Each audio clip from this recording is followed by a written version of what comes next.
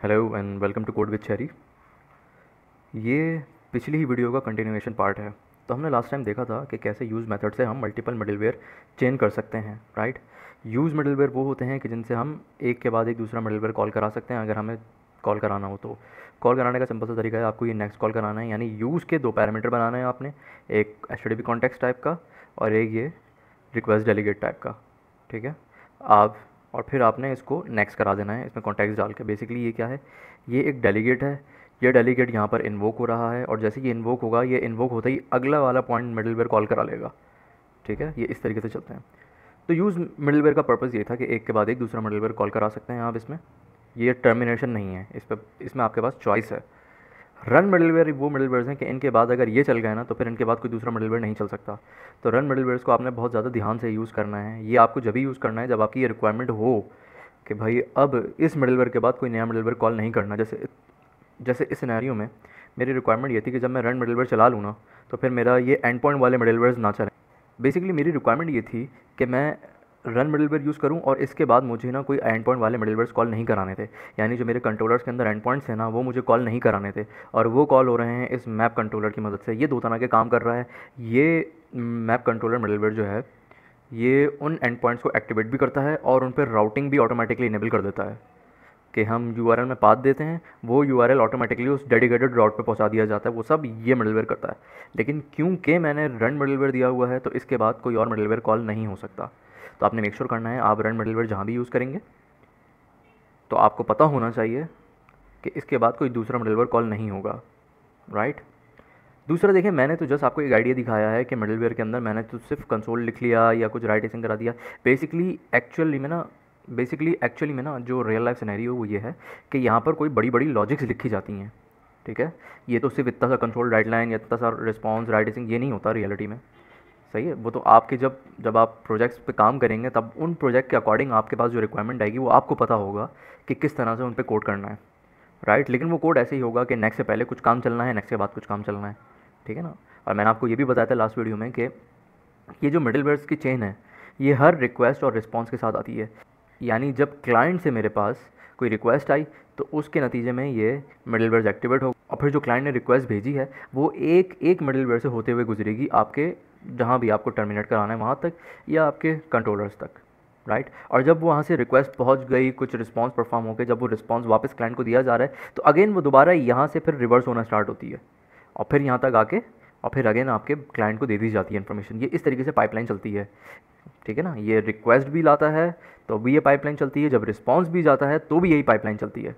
तो यूज़ मिडलवेयर्स का बड़ा अच्छा फीचर यही है कि इनमें इनके बाद भी काम हो सकता है। यानी अवेट नेक्स्ट से पहले जो काम हो रहा है वो रिक्वेस्ट के लिए हो रहा है और अवेट नेक्स्ट के बाद जो काम होगा वो रिस्पॉन्स के लिए हो रहा होगा। यानी लेट सपोज जब आपके पास कोई रिस्पॉन्स आया तो अब वो ट्रैवल बैक होना स्टार्ट हो रहा है, ठीक है। तो वो यहाँ पर आएगा अब रिस्पॉन्स। तो हो सकता है आप उस रिस्पॉन्स में कोई चेंजेस कर दें या आप कोई एडिशनल इन्फॉर्मेशन किसी मिडलवेयर के थ्रू डाल के अपने क्लाइंट को भेज दें, राइट। तो उन सिनेरियोज़ में यूज़ मिडलवेयर बहुत अच्छा है क्योंकि ये रिक्वेस्ट भी हैंडल कर सकता है, ये रिस्पॉन्स भी हैंडल कर सकता है। रन में ऐसा कोई सीन नहीं है क्योंकि इनमें अवेट नेक्स्ट का कोई चक्कर ही नहीं है। ये बस एक ही लॉजिक करते हैं और फिर जहाँ ये चल गया तो कोई और मिडलवेयर तो चलता ही नहीं है। तो फिर यहीं से आपकी रिक्वेस्ट बैक होनी शुरू हो जाती है, यानी रिस्पॉन्स क्लाइंट को मिलना शुरू हो जाता है। लेकिन बेसिकली कभी कभी हमें अपनी रिक्वेस्ट पाइपलाइन का ना एक ब्रांच बनाना होता है। जैसे अगर यूआरएल में पाथ कुछ स्पेसिफिक हो तो अलग प्रोसेसिंग करनी हो हमें कि हम अगर यूआरएल में कुछ स्पेसिफिक पाथ दें, कुछ राउट दें, तो अगर हमने कोई स्पेसिफिक राउट दिया है तो हम चाहते हैं कि यार ये जो ऑलरेडी जो ये लॉजिक है ना ये ना चले या ये तो चले लेकिन कुछ और स्पेसिफिक लॉजिक भी चले। लेकिन वो किस कंडीशन पे, वो सिर्फ उसी रिक्वायरमेंट पे चले कि अगर मैंने यूआरएल पे कोई पाथ दिया है तो, ठीक है। तो ऐसे सिनेरियोज़ में ना हमारे पास हम इस टाइप की चीज़ों के लिए यूज़ करते हैं मैप और मैप वैन मिडलवेयर कह लें या मेथड कह लें। क्योंकि आपको अब तो आइडिया भी हो गया होगा कि मिडलवेयर दरअसल एक मेथड ही है जो कि इस ऐप वेरिएबल से निकलते हैं और आगे तो देखिए मेथड है, तो मेथड ही है ना, आपको तो आइडिया होगा C# का सिंटैक्स है ये। तो आज हम बेसिकली देखने वाले हैं कि ये मैप या मैप वैन मेथड काम कैसे करते हैं, ठीक है। नॉर्मली जो है ना रिक्वेस्ट एक स्ट्रेट पाइपलाइन में फ्लो करती है कि एक के बाद एक के बाद एक के बाद एक के बाद मिडलवेयर चले, फिर जब रिस्पॉन्स जनरेट हो गया तो वापस एक के बाद एक के बाद होते होते होते आपके क्लाइंट तक रिस्पॉन्स जाएगा। तो नॉर्मली यही फ्लो है रिक्वेस्ट का कि वो एक स्ट्रेट पाइपलाइन में फ्लो करती है। लेकिन मैप मेथड हमें एक अलग रूट बना के आगे उसके लिए स्पेसिफिक मिडलवेयर चेन जो है ना, मिडलवेयर की एक स्पेसिफिक चेन वो डिफ़ाइन करने का ऑप्शन दे देता है, मैप भी और मैप वैन भी। मैप सिर्फ रूट को हम पकड़ सकते हैं। मैप वन ज़रा ज़्यादा फ्लेक्सिबल है, उसमें कुछ कंडीशंस भी आ सकती है जो भी हम देखते हैं। नाउ मैप का जो बेसिक डेफिनेशन है ना वो कुछ इस तरह है कि पहले हम अपना मिडलवेयर कॉल कर लेते हैं। अब मेरी रिक्वायरमेंट ये है कि मैं चाहता हूँ कि मैं रन और यूज़ के बीच में इसको कॉल कराऊँ मैप।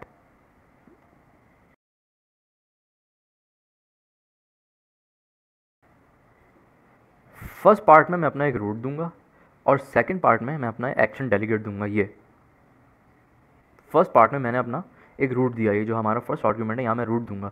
अगर वो रूट मैच हो गया तो ये मैप मेथड चल जाएगा, मैप मिडलवेयर चल जाएगा और उसके अंदर हमारी ये एक्शन डेलीगेट की कॉन्फ़िगरेशन आ जाएंगी। तो बेसिकली हम अपना मैप मिडलवेयर बना रहे हैं। इसमें दो आर्ग्यूमेंट्स हैं। पहला आर्ग्यूमेंट हमारा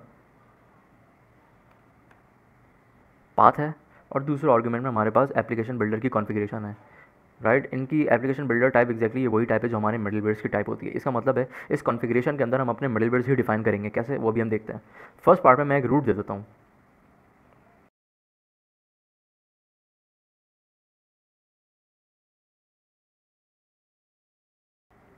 और सेकंड पार्ट में मैंने अपना ये एक बिल्डर वेरिएबल बना लिया जो कि कॉन्फ़िगरेशन है एक्शन डेलीगेट की, यानी रिटर्न कुछ नहीं करेगा। यहाँ मैं कॉन्फ़िगरेशन डिफाइन कर सकता हूँ एक।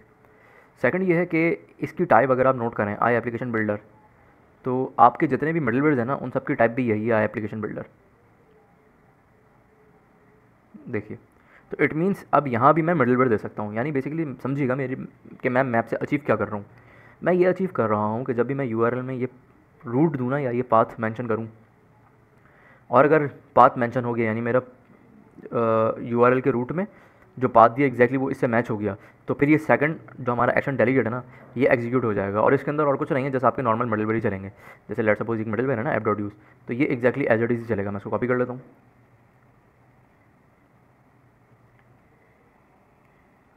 यहाँ पेस्ट कर देता हूँ।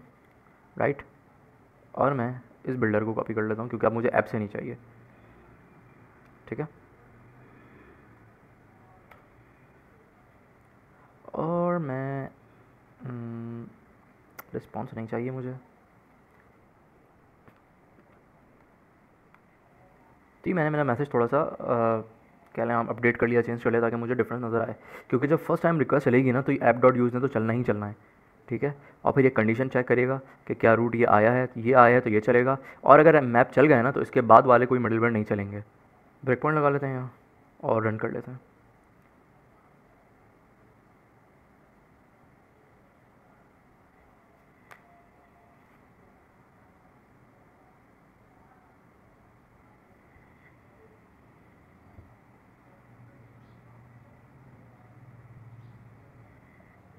ये मेरा ब्रेक पॉइंट हिट हुआ। राइट, क्योंकि ऐप डॉट यूज़ मिडलवेयर ने तो चलना ही चलना है, क्योंकि ये कोई कंडीशन बेस्ड चीज़ें चेक नहीं करते हैं। अगर आपने ये लिख दिया तो इसका मतलब ये चलना ही चलना है।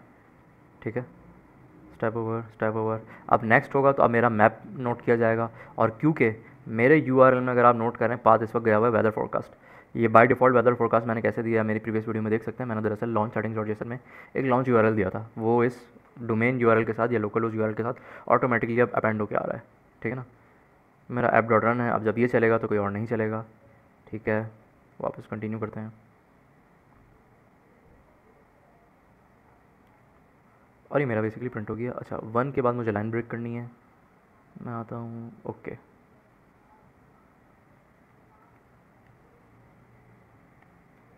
लाइन ब्रेक करने के दो तीन तरीके आपको चेक करना पड़ेगा। बी आर भी एक तरीका हो सकता है और बैक स्लैश एन भी एक तरीका हो सकता है।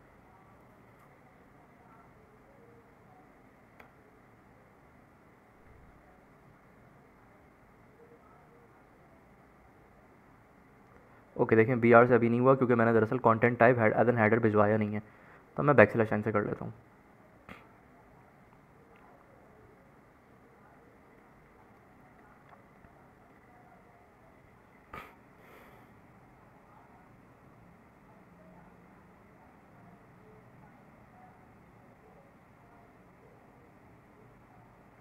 ठीक है, थोड़ा सा अब क्लीन भी दिख रहा है ये।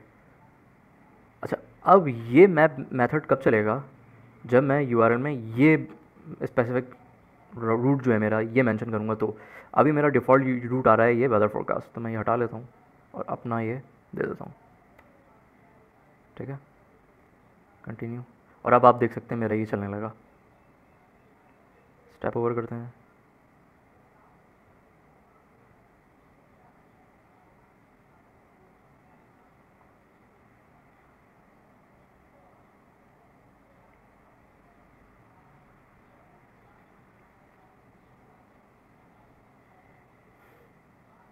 अब देखिए मैंने इस केस में जब अपना ये यूआरएल मैंने मेंशन किया, जैसे आप देख सकते हैं ये शैरी, मैंने मेरा पाथ मेंशन किया शैरी, तो मेरा जो बेसिकली ये फर्स्ट मिडलवेयर है, मतलब सारे ही मिडलवेयर चलेंगे, ये वाला मिडलवेयर तो एक कंडीशन की बेस पे चल रहा है, लेकिन इससे पहले पहले तो सारे ही चलेंगे, ठीक है ना, ये आपने ध्यान में रखना है। तो होता ही है कि रिक्वेस्ट ब्रांच में जब मैच हो जाएगा ना, तो जब मेरा राउट और मेरा मैप, इनका की जो मैंने शैरी मेंशन किया, अगर वो सेम हो गया तो मेरा मैप मेथड चल जाएगा। तो मैप के अंदर एक यूज़ मिडलवेयर चलेगा जो बिफोर और आफ्टर लॉजिक दोनों तरीके से काम करेगा, जैसे मैंने as it is copy paste किया, ये वो चलना शुरू हो जाएगा। मैप के अंदर ना बेसिकली आपका रन मेथड भी चल सकता है, जैसे मैंने अभी तो सिर्फ एक मेथड यूज़ दिया है, मैं चाहूँ तो इवन ये भी कॉपी करके इसके अंदर डाल सकता हूँ, ठीक है। तो अवेट, अगर आपने अभी थोड़ी देर पहले टेस्ट चेक किया होगा, तो अवेट नेक्स्ट ने इसके फ़ौरन बाद रन को कॉल नहीं किया था। मैं आपको अगेन दिखाता हूँ, देखिएगा।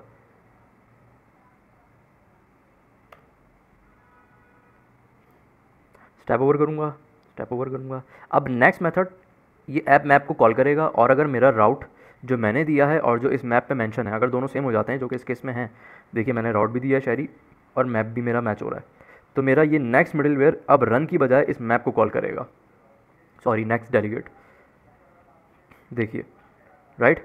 अब देखिए अगेन नेक्स्ट है, तो उसूलन नेक्स्ट को रन भी कॉल करना चाहिए था, लेकिन ऐसा होगा नहीं, आप नोट कीजिएगा। ये नेक्स्ट जो है ना, इस मैप के अंदर अगर कोई और मिडलवेयर होता ना, नेक्स्ट उसको कॉल कर लेता, क्योंकि नहीं है तो ये इसने सिर्फ आगे की लाइन एग्जीक्यूट कर दी, इसका मतलब अब ये रिस्पॉन्स बैक हो रहा है। और देखिए हम यहाँ पर आ गए, और ये इस तरीके से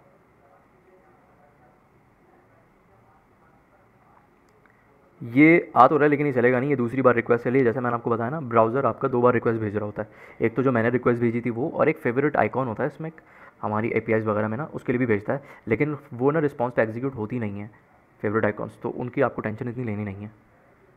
कंटिन्यू कर लेंगे तो आप नोट करेंगे कि मेरा सिर्फ एक ही रिस्पॉन्स आया होगा, शैरी 1। शैरी 1 देखिए मेरा रन नहीं है, ये मेरा नॉर्मल वाला है ये, और ये वाले जो रिस्पॉन्स है वो मैंने ब्राउज़र पे रिस्पॉन्स नहीं प्रिंट करा है, ये मैंने कंसोल करा है, तो इट मीन्स ये कंसोल पे मेंशन हो गए होंगे। ये देखें मैप मैप, वो तो क्योंकि 2-3 बार रिक्वेस्ट चली ना फेवरेट आइकन की वजह से, तो इसलिए तो टेंशन नॉट। अगर मैंने कोई नॉन मैचिंग पाथ मेंशन कर दिया तो जाहिर है उस केस में मैप तो चलेगा नहीं, क्योंकि मैंने पाथ ही डिफरेंट दिया होगा। तो अब जो है ना, ये नेक्स्ट डेलीगेट ये मेरा ये रन मिडलवेयर कॉल कर लेगा, ठीक है ना। तो डायरेक्ट ये हमारा लास्ट रन मेथड चलेगा जो कि मैंने मेंशन किया है। एक नोट ध्यान में रख लीजिए कि मैप मिडलवेयर के बाद जो मिडलवेयर लिखे हैं वो ब्रांच के अंदर मैच होने पर एग्जीक्यूट नहीं होते। यानी अगर मेरी, जैसे मैंने ब्रांच रूट दिया ना मेरा शैरी, तो मेरा अगर मैप चल गया तो फिर इसके बाद वाले मिडलवेयर नहीं चलेंगे, जैसे रन है ना, इस ब्रांच के मैच होने पर ये मिडलवेयर नहीं चलेगा, ठीक है। तो वो ब्रांच स्पेसिफिक लॉजिक्स चलेंगी। मोस्टली हमारे पास होता है ना कि हम एक, लेट सपोज मैंने यूआरएल में एडमिन दे दिया, मैं एडमिन के लिए कोई चीज़ चलाना चाह रहा हूँ, कुछ डैशबोर्ड से रिलेटेड कोई चीज़ चलाना चाह रहा हूँ, या कुछ डिबगिंग से रिलेटेड कोई चीज़ चलाना चाह रहा हूँ, तो अगर मैंने रूट में डिबग मेंशन किया तो मुझे डिबग का एक मैप बनाना पड़ेगा, और उसके हिसाब से उसके मिडलवेयर, डेडिकेटेड मिडलवेयर्स यहाँ रखने पड़ेंगे जो वो लॉजिक डालेंगे। अब वो तो काम के ऊपर डिपेंड करता है कि क्या लॉजिक है हमारी। अभी एज सच कोई लॉजिक थी नहीं, तो मैंने जस्ट सिर्फ कंसोल प्रिंट करा लिया या रिस्पॉन्स ऐसे कर लिया। रियलिटी में ये नहीं होता, रियलिटी में कोई ना कोई बड़ी बड़ी लॉजिक होती हैं यहाँ, ठीक है। आई होप आपको ये मैप समझ में आया होगा। नाउ देखते हैं map when middleware. Now for map when method और map when middleware. Map method से पास्ट बेस्ड ब्रांचिंग होती है, लेकिन अगर हमें कस्टम कंडीशन की बेस पर ब्रांच करनी हो तो फिर, यानी अभी जैसे मैंने तो रूट दिया ना, ये रूट, अब अगर रूट है तो मैप चल पड़ेगा, ठीक है ना। और इसके अंदर मैं जितने चाहूँ उतने मिडलवेयर बना सकता हूँ, डिपेंड कि मेरी लॉजिक क्या है।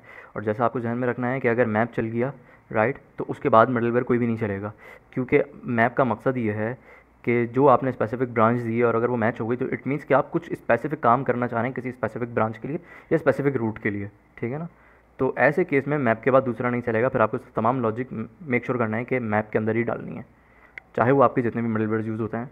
अब आप जितने भी मिडलवेयर यूज़ करेंगे मेक श्योर करना है वो मैप के अंदर हो, अगर आपको मैप एग्जीक्यूट कराना है तो। लेकिन अगर पाथ मैच नहीं होता तो मैप नहीं चलेगा, तो फिर मैप के बाद जितने भी हैं वो सब चल पड़ेंगे। उसकी रीज़न ये होगी, उसकी बेसिकली रीज़न ये होगी क्योंकि मैप नहीं चला। मैप चल जाता तो मैप के बाद कोई दूसरा मिडलवेयर नहीं चलता, मैप नहीं चला तो अब जितने भी हैं बाद में वो सब अपने हिसाब से चलेंगे। लेकिन जो मैप वैन मेथड है ना, वो सिर्फ रूट नहीं है, वो एक कंडीशन की बेस पे एग्जीक्यूट होगा। यानी मैं कुछ कंडीशन दूंगा और अगर कंडीशन ट्रू हो जाती है उस मैप वैन में, तो फिर उसके अंदर ये वाला पार्ट चल पड़ेगा जो कि मिडलवेयर्स वाला सेक्शन होता है। यानी मैप वैन मेथड में भी दो ही पैरामीटर्स होंगे एग्जैक्टली ऐसे, लेकिन फर्स्ट पैरामीटर उसका रूट नहीं है, फर्स्ट पैरामीटर उसका कुछ कंडीशंस हैं। वो कंडीशन की बेस पे अगर ट्रू हो गया रिजल्ट, तो दूसरा पैरामीटर एग्जीक्यूट हो जाएगा जो कि एग्जैक्टली सेम है, जिसमें मिडलवेयर्स चलने होंगे कि क्या लॉजिक परफॉर्म करनी है, राइट। तो इस तरह के कामों के लिए ना हमारे पास ASP.NET कोर में मैप वैन मेथड है जो कंडीशन बेस पे चलता है। हम देखेंगे कि एक ऐसे रिक्वेस्ट पाइपलाइन को कंडीशन की बेस पर ब्रांच करता है। मैं पहले बेसिकली एक इसका कोड लिखता हूँ, फिर हम समझते हैं कि ये कोड काम किस तरह कर रहा है। मैं ये मैप कमेंट कर देता हूँ।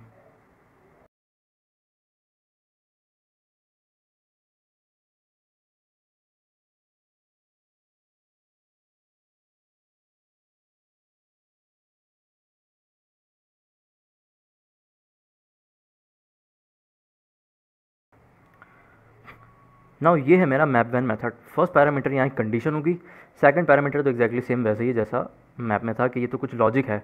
यानी अगर मैप में भी रूट मिलता है तो भाई ये लॉजिक है, सेकंड पैरामीटर ये एग्जीक्यूट कर दो। ऐसे ही यहाँ भी है, अगर कंडीशन मैच हो जाती है तो भाई ये लॉजिक है, सेकंड पैरामीटर ये एग्जीक्यूट कर दो। ठीक है ना। जो फर्स्ट पैरामीटर है ना, ज़रा उस पर ध्यान दीजिए। ये बेसिकली एक है फंक डेलीगेट, जो मुझसे पैरामीटर लेता है एचटीटीपी कॉन्टेक्स्ट टाइप का। उसकी बेसिस पे मैं जो कॉन्फ़िगरेशंस करूँगा ना, कॉन्फ़िगरेशंस करने के बाद मुझे बूलियन डेटा रिजल्ट होना है। ये फंक डेलीगेट है, ये एक्शन डेलीगेट नहीं है, इस ध्यान में रखिएगा। यानी आपको अब इसमें रिटर्न कराना पड़ेगा कुछ ना कुछ। तो मैं बेसिकली बना लेता हूँ और इसकी बॉडी खोल लेता हूँ।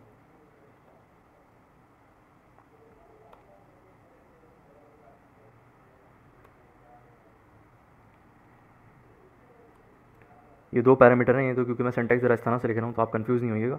ये दो पैरामीटर्स हैं। अब वो एरर इसलिए आ रहा है कि क्योंकि ये देखिए, मैं अगर होवर करूँ ना तो आपको समझ में आएगा। सेकंड जो ये हमारा टाइप पैरामीटर है ना जेनेरिक का, ये डिफाइन करता है फंक डेलीगेट में हमेशा जब भी लास्ट होगा ना, जो भी लास्ट होगा, जैसा अभी इस वक्त फंक के अंदर ये सिर्फ दो ही टाइप पैरामीटर हैं, 3 भी हो सकते हैं, 10 भी हो सकते हैं। तो उनमें जो भी लास्ट वाला होता है ना टाइप पैरामीटर, वो हमेशा इस फंक की रिटर्न टाइप होती है। और उससे पहले पहले जितने पैरामीटर्स होते हैं वो सब उसके आर्ग्यूमेंट्स होते हैं। तो इट मीन्स पहला एक आर्ग्यूमेंट बनेगा, यानी जो इसमें तो एक ही आर्ग्यूमेंट है ना, तो वो जो भी बना होगा उसकी ऑटोमेटिकली टाइप एचटीटीपी कॉन्टेक्स्ट हो गई होगी, जैसे आप इस कॉन्टेक्स्ट ही देख सकते हैं। और रिटर्न क्या करेगा ये, इस कॉन्फ़िगरेशंस की बेस पे बूलियन, यानी ट्रू, आइदर ट्रू और फॉल्स। तो मैं एक कोड लिखता हूँ, फिर समझते हैं क्या है।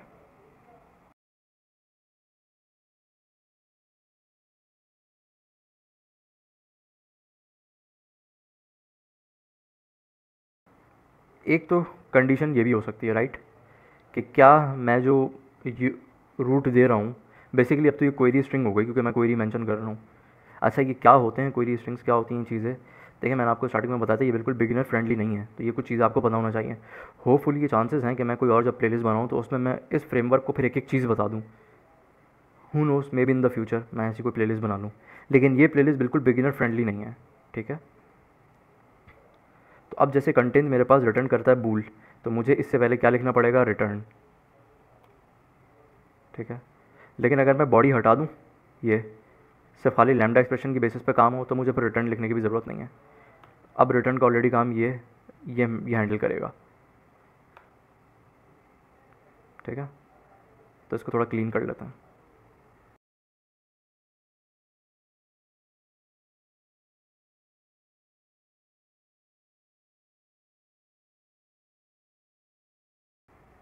ब्रेक पॉइंट लगाते हैं, रन करते हैं, देखते हैं क्या होता है।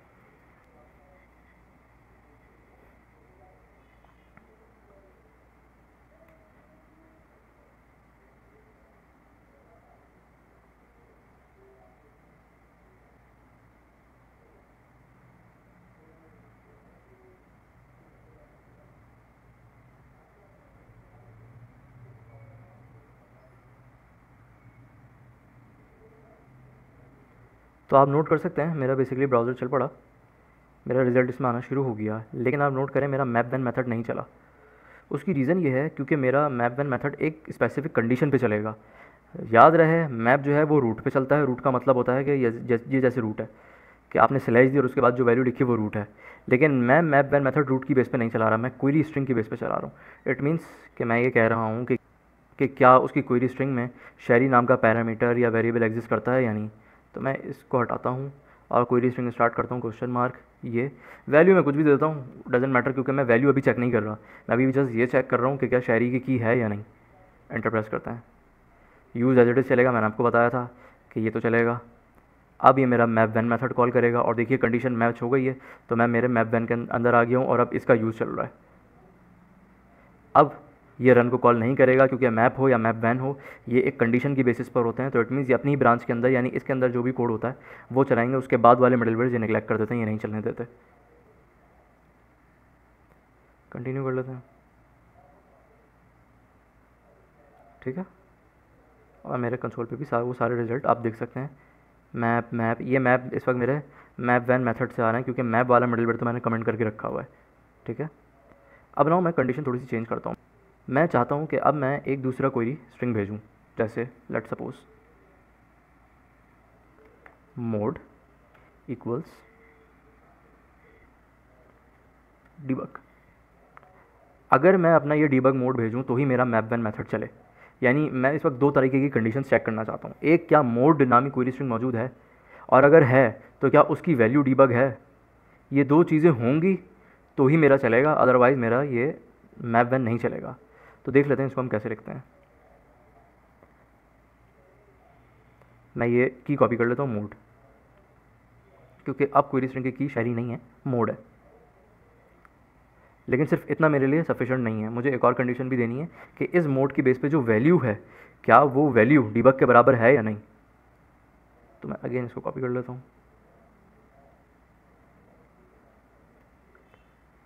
एंड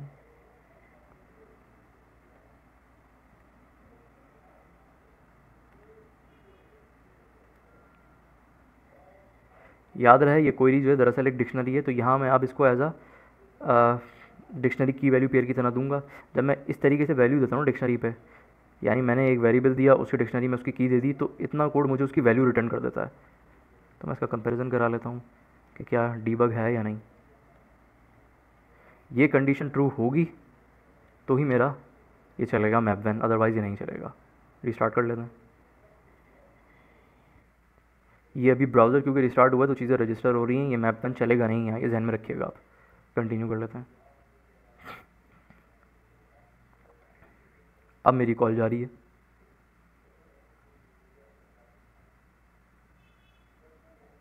ठीक है। आप देख सकते हैं मैप वैन नहीं चला।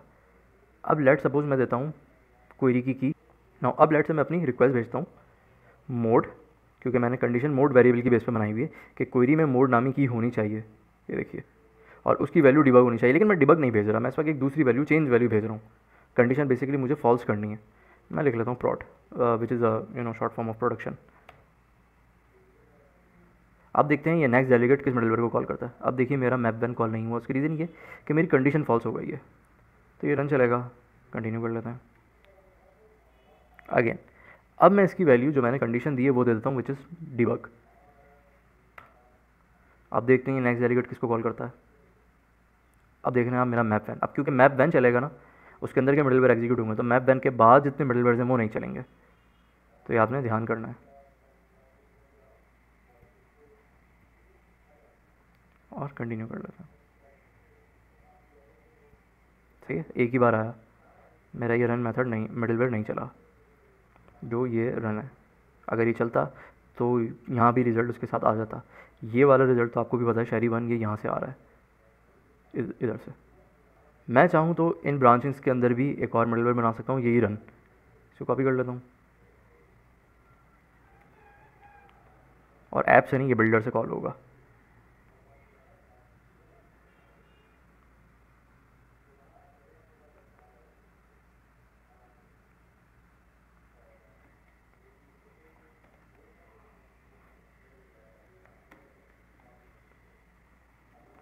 रन कर देता है। ये रजिस्ट्रेशन हो रही है, ठीक है। ये अभी चलेंगे नहीं, कोई मिडलवेयर नहीं चलेगा अभी, ये जैसे कि रजिस्ट्रेशन हो रही है चीज़ों की। अब जब ब्राउज़र में आप देखेंगे ना, अब रिक्वेस्ट जा रही है, अब चलेंगी चीज़ें। अब ये request response middleware pipeline activate हो गई है। कंटिन्यू। ज़ाहिर है रन इसलिए चल रहा है क्योंकि अभी इस वक्त मेरा जो रूट है या पाथ है वो एक वेदर फोरकास्ट हो, मेरी कंडीशन नहीं है। मैं मेरी कंडीशन दे देता हूँ अगेन, मोड इक्वल्स डिबग। अब यकीनन आपको भी पता है, मुझे भी पता है कि नेक्स्ट डेलीगेट मेरा मैप वैन मेथड ब्रांच वाला मेथड कॉल करा लेगा। अब देखिएगा, अब इसका नेक्स्ट जो है ना वो बिल्डर के रन को कॉल करा लेगा। ओके, मैंने ब्रेक पॉइंट नहीं लगाया तो इसलिए पता नहीं चला, लेकिन ये मैसेज आ गया होगा।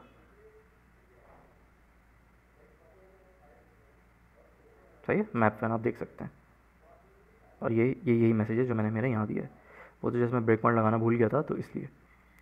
तो अगर URL में query string mode equals debug है तो ब्रांच एग्जीक्यूट होती है, which is map when middleware. अगर क्वेरी स्ट्रिंग नहीं है या वैल्यू मैच नहीं होती तो ये नॉर्मल रिक्वेस्ट पाइपलाइन फ्लो करेगी, यानी फिर मैप भी नहीं चलेगा अगर रिक्वेस्ट वो पाथ नहीं है, या अगर कंडीशन नहीं है, कोई चीज़ नहीं है, तो मैप वैन भी नहीं चलेगा। ठीक है, तो नॉर्मल वाले जो मिडलवेयर्स हैं फिर वो आपके चलेंगे। नाउ मैप वैन का बेनिफिट ये है कि ये पाथ बेस्ड जो है ना ब्रांचिंग से ज़्यादा फ्लेक्सिबल है। पाथ बेस्ड ब्रांचिंग वाला आपका नॉर्मल मैप मिडलवेयर है, मैप वैन ज़रा उससे ज़्यादा फ्लेक्सिबल है, यानी ये वैल्यूज़ की बेस पे चीज़ों का कंपैरिजन, ट्रू फॉल्स की कंडीशंस पे ये अपनी चीज़ें एग्जीक्यूट कर सकता है।